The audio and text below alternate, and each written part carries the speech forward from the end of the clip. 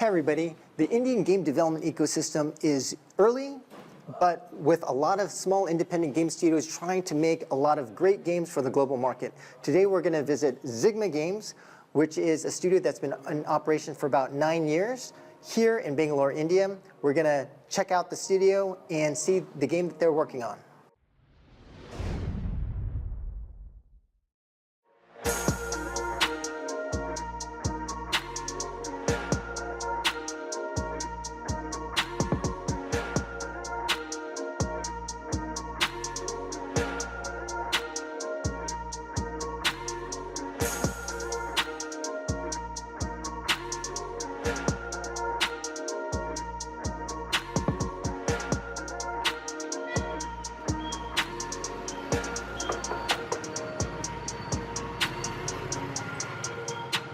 What's up, Himanshu? Good to see you. Well done. Good to see you too. All right. Merry Christmas. All right, maybe we can just sit down here. All right. Hello, everyone. Welcome. I am here with the co-founders of Xigma Games, Himanshu and Govaltan, and we're here to talk about Xigma. So you guys have been in business and operating for quite a while now, right? Like, could you tell me a little bit about how long you have been operating and how you guys got started? Yeah. So me and Govardhan started back in 2016, and we both moved to Bangalore and decided to work on games that we as consumers wanted to play at that time. Right. But then, as we made more games, we realized the importance of market, and whole games were then decided on that what we want to make based on the market research we did. So yeah, and then we pivoted to what kind of games we want to make. Okay. So let's talk about some of your games. I see on the wall you have Super Nano Jumpers, you have Rubek, Bonfire 2, and the game that I became aware of was Metal Haven, which I saw at IGDC. But let's start with Metal Haven. Can you tell us like what kind of game is it, and what kind of games then after that tell us more about the games you guys have developed historically? Yeah. So Metal Haven is a sci-fi strategy game. It's going to be our first free-to-play game as well. Until now we made only premium games. So with Metal Haven we are taking a huge leap in the mobile free-to-play space. So in Metal Haven players can build bases on planets. They go from planet to planet to extract their resources. These resources will help the players to upgrade their space station. And we have a 4x March map in which players will fight for control of the galaxy. So they can form alliances, they can mine asteroids, capture territory. Okay. So you're making a 4X game, but previously you guys have worked on these premium games. Isn't that a big jump to go from premium? It's a huge leap for us, yeah. Okay, and premium on mobile, or have you guys developed on PC before? So we have released on mobile, PC, and consoles as well. Okay. And yeah. Yeah, so our previous games, we started as a mobile-first studio. Yeah. So Rubek was the first game that we released. So that was... Okay, so let's start with, so Super Nano Jumpers, what kind of game was that? So Super Nano Jumpers was made by Himanshu before I joined. Okay. So that's a side-scrolling platformer. Okay. With a single touch. Yeah. So all the player has to do is tap on the screen to stop moving. It's very much in the vein of Super Meat Boy. Yeah. So it was inspired from Super Meat Boy at that time. Yeah. I wanted to create a tight controls for mobile, which provided the same mechanics as Super Meat Boy, but with just single tap.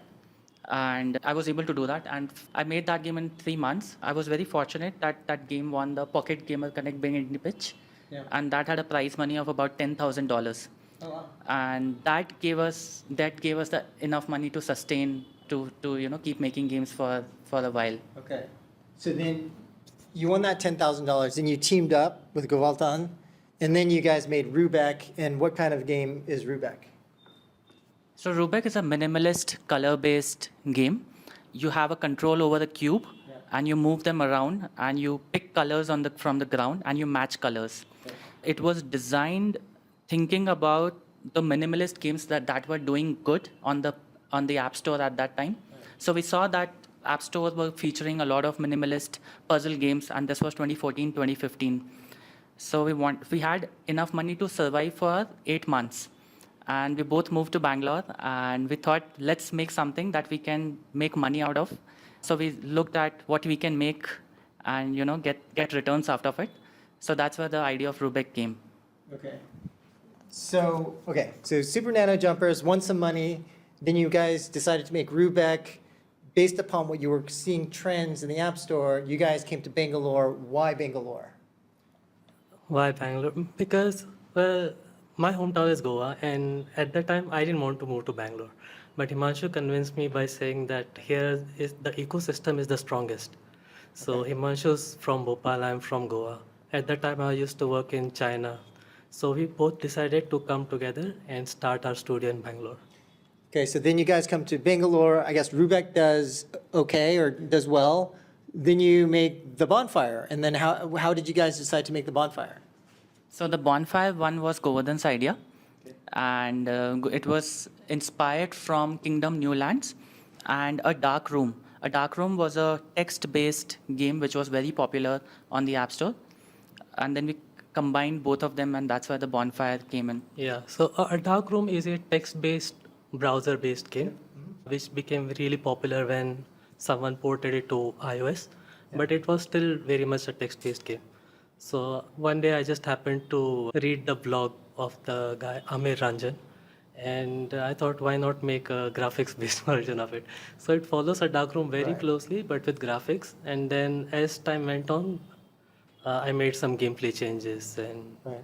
So it seems like the way that you guys have been making games to date has been seeing some inspiration in the market and then trying to think about how you can make it your own or your own version of what you see in market. Is that correct? yeah, definitely. I mean, even if we were not consciously looking for inspiration, subconsciously everyone works that way. Okay.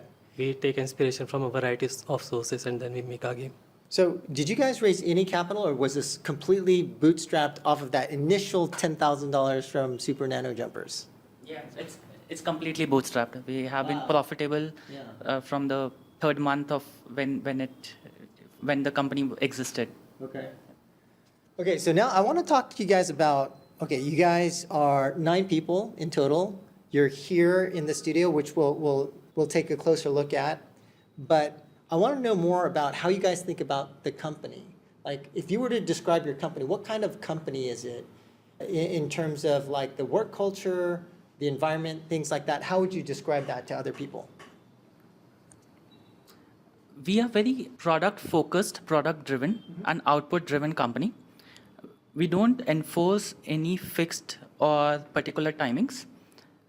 People are free to come, like, to an extent when they want, and they can leave. They can take leaves when they want. Though we have some rules, but it's not hardly forced. We believe that in an creative environment, we need to give them enough freedom to think and to be so that they are self-reliant and so that they can answer for themselves, and so that makes them more responsible. Sorry. So what do you think about, so like there are some artists like Will Smith, for example, who has famously said that all artists need deadlines. Do you disagree with that?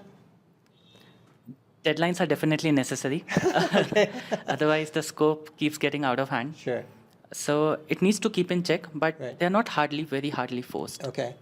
So it sounds like the kind of company you're describing to me is one where you value creativity and just personal freedom. Is that correct? Yeah, that's correct. And I think when we talked before, one of the things that we talked about at a local event nearby is about how your work culture has changed, though, right? And like one of the things that I mentioned is that, for example, some people, I mean, Zynga today is famous for being a work-life balance company, and that's one of the main things that they stress about their work environment. But fewer people realize that they were super hardcore in the beginning. And I've met, and I know because I met a lot of those guys, and some of those guys would be working weekends till past midnight every day. And now when I say I believe in a hardcore work ethic, for example, a lot of those guys, they hate me, right? But you also started with a hardcore work culture. Can you talk about how you started and then what happened to change to kind of like the work environment that you have today? Yeah.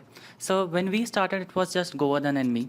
So we had to wear multiple hats, and we had limited time, and there were a lot of things to do. So we had no other option other than just giving more and more hours. We used to give 12 to 14 hours per day for 7 days a week. And we did that for continuously for 3-4 years from 2015 till 2019.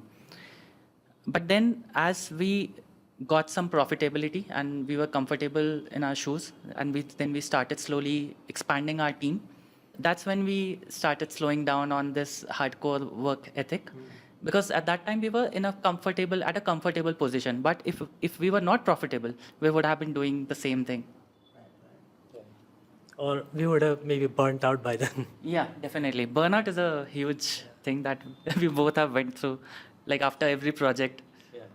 Okay. So then after every project, how did you guys like take a break or something or go on vacation or what happened after the end of the projects?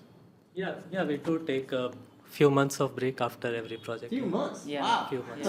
Yeah. After Bonfire 2, we were really burnt out. We worked for 2.5 years continuously, non-stop. And the last 6 months were brutal. Like, as you said, work-life balance. It happens till when you're comfortable, when you are starting out on the project or you're at the middle of the project. But when you're about to release it, there are so many things, deadlines we have to achieve. And at that time, it was a little Right. hard on us. So you still also don't necessarily have work-life balance now. At the end of the project, you kind of push to get things Yeah, done. yeah. Okay. Cool. And as far as so you guys have been operating for a long time. There must have been a lot of lessons that you have learned, mistakes that you guys have made. And so when you think back about over this 9 years, is it? Yeah, 9. 9 years, what have been some of the biggest lessons that you've learned? My biggest lesson would be that change is inevitable and being too rigid is not fruitful. You have to be agile. You have to think on your foot sometime. If things are not working out, you have to pivot, you have to iterate and evolve. So change is part of the process. Embrace it. Yeah, definitely. We have to change with what we see in the store, what we see in the basically what the things which are out of our control. We have to change according to that. And company-wise, I think one of the lessons that we've learned is that, or one of the mistakes that we made, is that we should have hired a little earlier. Yeah. We were slow on that. Yeah. And also firing, we should have started firing also a little earlier than we started. Now, we're here in India, in Bangalore, and one of the things that some people ask me about often is really around the Indian game development ecosystem and why have Indian game development studios not been able to compete on a global basis, right? Certainly in the local market, there are game studios that are doing well, but not really globally. And so when you guys think about your own experience, and I know you go to international events like GDC, so you have met global studios. What do you think is the gap? What's missing between Indian game development studios and other studios so that there could be more global success? So I think until now there has been a mismatch of talent and money. So in some cases there has been talent, but they haven't had the resources to make their project. And in some cases the money has been there, but maybe the team wasn't experienced. But I think we are seeing that changing now with a lot of talented indie developers specifically targeting PC and consoles coming from India. They are not on AAA level yet, but I think it's only a matter of time. Every other day we see LinkedIn posts about VCs funding some AAA focused studio with an experienced team. So I'm sure something will come soon. Yeah, it seems like there needs to be some funding, but also because, for example, if you guys didn't get 10,000 for Super Nano Jumpers, you wouldn't have been able to start your journey to develop the studio that you have today.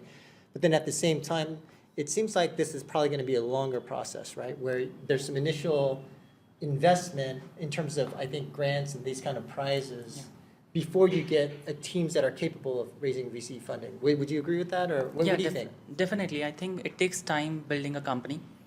And with every game, you learn a lot. So it's going to take some time. It's like until people reach their third or fifth game, they're not going to learn like what it takes to make a successful game at a global scale. Right. Also, I think the market understanding is something that people should really look into, which I think is a little bit lacking in India, because maybe looking into the games that are doing well, or what kind of genres are there, or where are the gaps, or finding their niche is something that some indie studios should focus on in the very beginning. They try to overreach a lot in the very beginning. They want to make $1 million or 10 or 1 million downloads from the first game itself. So I think keeping the scope lower at the initial days, releasing 1 or 2 games, and then getting the experience, and then growing the team, making bigger games. I think that can be a good way. Okay. So I just have one last question for you guys, which is, what is the vision for the company in the future? What are your plans, kind of, whether it's more shorter term or longer term, in terms of where you see this company in the future? We definitely want to be one of the biggest studios coming from India. We think we have what it takes. I think we have covered the 0 to 1 distance, and now it's about time that we go from 1 to n. We have experienced 0 to 1 with various of our projects. Even with Metal Haven, we have been making it for about 2 years now, and now we think we are at a point where we can grow it. So What is this current stage of Metal Haven? Is it? So Metal Haven is currently is in pre-alpha stage.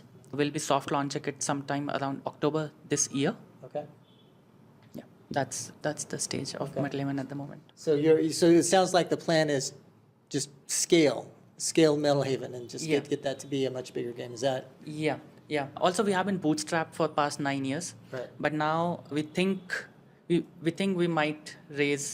might look for funding. We may look for funding. We are open to that as well. Okay. All right, guys. Well, thanks so much. And maybe we can meet some of the folks from your team. Yeah, Can we do that? definitely. All right, awesome. All right, guys, we are here to meet the employees of Xigma. And so, Himanshi and Gavaltan, okay, we've got 9 people in this room. And so this is the company right here in this room, right? Which is awesome. But can you describe the current the makeup of the company? So you have 9 people. How does that split out? So there's you two, Yeah. co-founders. You guys, what kind of stuff do you do on the game in terms do you guys just do business, or do you guys have specific roles? So Golden looks at the technical stuff. He leads the So- whole technical team. So you're like the tech lead, okay? I handle the production, and we both co-design. Okay, And I look at production, marketing, and whatever is Okay. left to do. okay. So marketing, producer, PM, designer, and then you have what else? So what are the other 7? Yeah, so we have Rakesh over here. Rakesh? is a 3D artist. 3D artist, okay? Rakesh is a 3D artist. Yeah. We have Shami, Shami. who is our full stack game developer. He Okay. does back end and front end. Back end and front end? Yeah. Okay, we have 2 other engineers, right? Yeah, one is, you can see, he's not here, but he's working from home at the moment. Okay, We have Krishna over there working from home, and then we have Hari over here. Hari, okay? Hari does the gameplay programming. Okay. In Unity. Hurry up and get that code done, Hari. Okay, and then we have 2 other artists. Then we have Arvind, a programmer. Yeah. And- programmer, okay. Yeah, and we have Samad, who is also a 3D artist and a 2D artist as well. Okay, so the 2 founders, you guys do a lot of you lead programming, also design, production. So very compact, cross-functional. Then 4 programmers, 3 artists. So let's find out. So the artists, where are the artists? 3 artists? Yeah, we have our concept artist is on leave today. Okay, and then for the artists, can you tell me what do you do on a daily basis? Break I'm up a your 3D game. artist, so Okay. I make 3D art, every 3D assets of the game. I work on the 2D concept art. Okay. Concept art is made by Assis.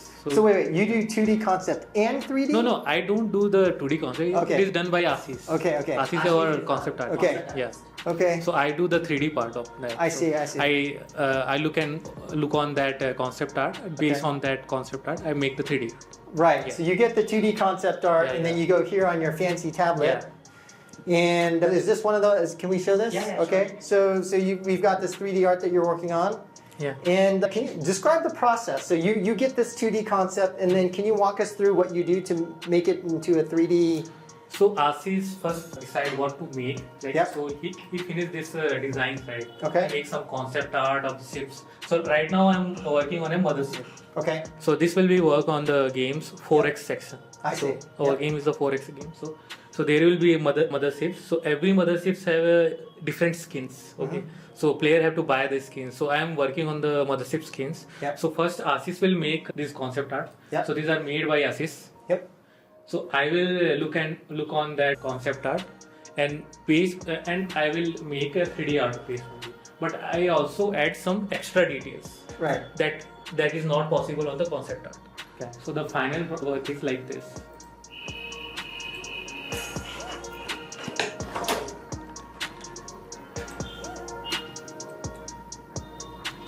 Okay. So this is a finished mothership. Okay. Yeah. So this was based on this concept arts and all. Right. Okay. Cool. So I added extra details on this so that it will look much better. On And the- how did you learn your 3D skills? Did you go to school for that? Or No, I didn't go to school. You learned it by Self-taught. yourself? Yeah. YouTube? self-taught. Yeah, YouTube. Oh, nice, nice, very nice. Okay. And so you're programming, right? Yeah. C Sharp, Unity. Yeah, C#. Unity. Okay. And how did you learn about Xigma, and how did you first join the company? I saw the interview on YouTube, Okay. and they were showing the game Bonfire, which is a city building thing. So I'm really into those games. So You're like, I want to work on a game like Yeah, that. yeah, yeah. Okay. and luckily when I was looking for a job, they had an opening. Okay. So I joined. And so, did you go to school for Unity C Sharp, or how did you learn your skills? So I have a computer science degree. Okay. So there I learned C++, but .NET I had to learn myself. Okay. Oh, so you're doing back end. Yeah, backend and C# as well. Okay, so you full stack, full stack. Yeah, Okay, yeah. gotcha. Okay, cool. All right. Well, who else we got? Hari.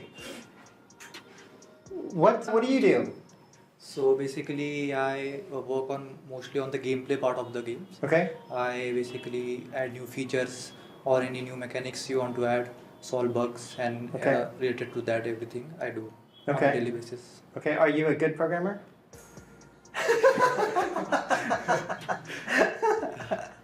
Okay. There's a lot of things to learn, Uh-huh. but yeah, if you keep learning, then you. Okay. What's the hardest part about the job that you do as a programmer developing front end stuff?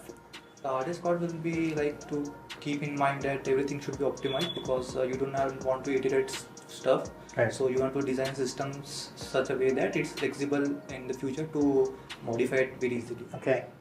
And then, do you guys have to build like your own systems? Sometimes outside of Unity. sometimes like tools, we have like our own editor tools Okay. to sort of range or map dynamically. Right. So that sort of stuff. Yeah. Okay. What about things like animation systems or anything like that? Animation systems, not pretty much, but yeah, like we got a very optimized animation from the artist and Okay. then we integrated. Okay, render pipeline, your own render pipeline, or Yeah, just yeah. standard? Okay, cool.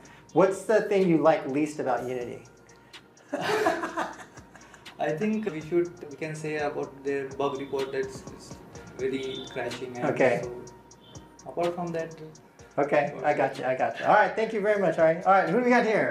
You are also a programmer, right? Okay. What do you do? Front end, back end? Front end. Front end, okay. I basically work on the front end part. Okay. I also implement mechanics Okay. and any features that are required by Himanshu Govardhan. Okay. Who's smarter, you or Hari? Hari. Obviously Hari. Okay, and so describe your typical day. So you come into the office as a Unity front-end programmer.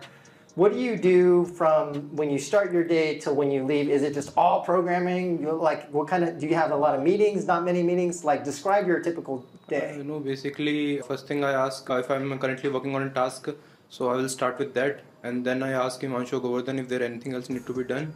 And in between, we have a little talk sometimes, a little fun here and there. So Okay. it's not all programming. It is a pretty balanced. Well, it doesn't sound like you have a lot of meetings, so it seems like as a small team, you're able to just do a lot Yeah, of we work. coordinate very well without much of any meetings Okay. at all. Right, and then how do you know what to work on? Like, do you guys use some kind of project management tool like Jira or Monday or things like Yeah, that? we use GitHub, Plastic and GitHub for maintaining. ClickHub and ClickHub ClickUp, also. Okay, cool. All right, thanks. And then finally we have Sanwal, okay, and you are obviously an artist. Nice to see the art. Basically, I'm a generalist. I work Generalist, on 3D, okay. 2D and UI and animating them. Wow, okay. You do UI too. Nice. Okay.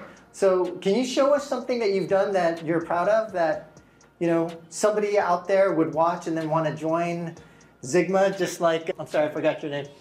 Like Shami? I'm not sure if Himanshu like that. I don't know. So I think this is my best work till now. Okay, let's see, what is it? So we are working on a new concept. Okay. So it's going to be something kind of cowboyish but Yeah. sci-fi. Okay, So it's basically a beast master. Uh-huh. So it will be riding a beast. We have a beast already ready over Okay. here as well.